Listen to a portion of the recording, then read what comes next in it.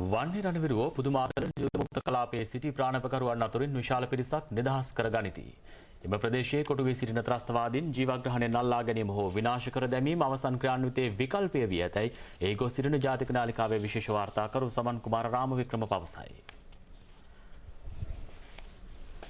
පුදුමාතලන් යුද මුක්ත කලාප LTTA ප්‍රාණ අපකරුවන් සිටි සාමාන්‍ය ජනතාව මුදා ගැනීමේ ක්‍රියාන්විතයේ තෙවන දිනය අදයි. අද දිනයේත් පෙර දින දෙක මෙන්ම මහා ජන සමූහයක් මුදා ගනු ලැබුවා. හමුදාව මුදාගත් මෙම ජනතාව දින කිහිපයක්ම නිර්හාරව සිට ඇති බව වාර්තා වුණා. බොහෝ පිරිස් ඉක්ුත් දින කිහිපය පුරාම ආහාරයට ගෙන ඇත්තේ කැඳ පමණයි. එම නිසා හැකි ඉක්මනින් මෙම ජනතාවට උණුසුම් ආහාර වේලක් ලබා දීම හමුදාවේ අරමුණ වුණා.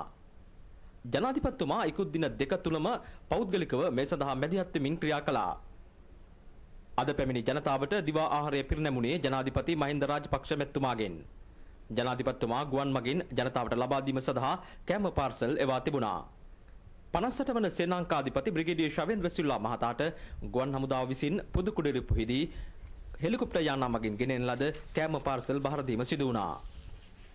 මෙම දින තුන තුලම ආරක්ෂක ලේකම් ගෝඨාභය රාජපක්ෂ මහතාද සාමාන්‍ය ජනතාවට ලබා දීම සඳහා බනිස් ඇතුළු බේකිරි කෑම විශාල තොගයක් සහ ජල බෝතල් ගුවනින් එවා තිබුණා.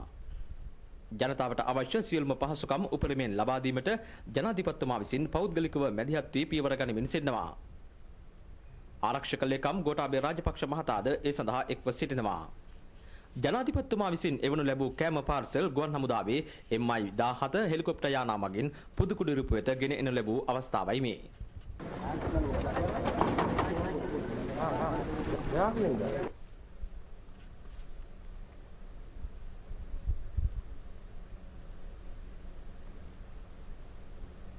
ජනාධිපතිතුමා විසින් එවනු ලැබූ කෑම පාර්සල සාමාන්‍ය ජනතාවට බෙදා දුන් අවස්ථාවයි මේ.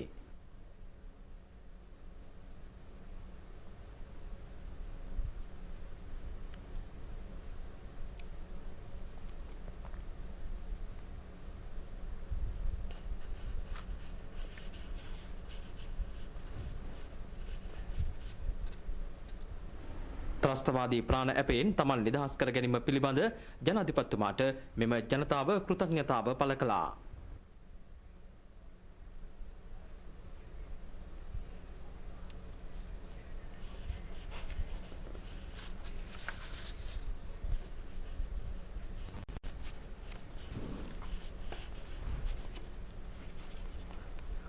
LTTN ප්‍රාණ අපකරුවන් මුදා ගැනීමේ නිරත 58 වන සේනාංකය අද දිනේ LTTE ග්‍රහණයේ පැවති අම්පලාවන් පොක්කනේ දකුණින් පිහිටි ප්‍රදේශය සහ වලේමඩම් දෙසට වූ ප්‍රදේශයටද ක්‍රියාන්විතය දියත් කළා. අම්පලාවන් පොක්කනේ හා පුදුමාතලන් මන්සන්දිය අවට ප්‍රදේශයේ බලය මුළුමනින්ම මේ වන විට යුද හමුදාව තහවුරු කරගෙන සිටිනවා. පුදුමාතලන් පාසලේ පවත්වාගෙන ගිය රෝහලේ ඉතුරුව සිටි සාමාන්‍ය වැසියන් ප්‍රකාශ කළේ පලා යද්දී LTTE නායකයන් තුවාල ලබා සිටි LTTA සමාජිකයන් 20 දෙනෙක් පමණ මුහුදු තීරයට රැගෙන ගොස් වෙඩි තබා මරා දැමූ බවයි.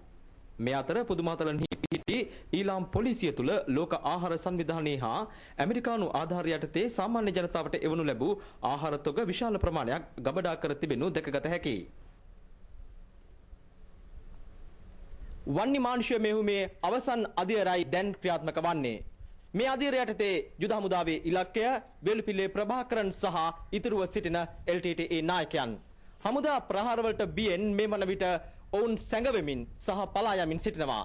කෙසේ නමුත් එම ඉලක්කය පසුපස හඹා යමින් යුද හමුදාව මෙම ක්‍රියාන්විතයේ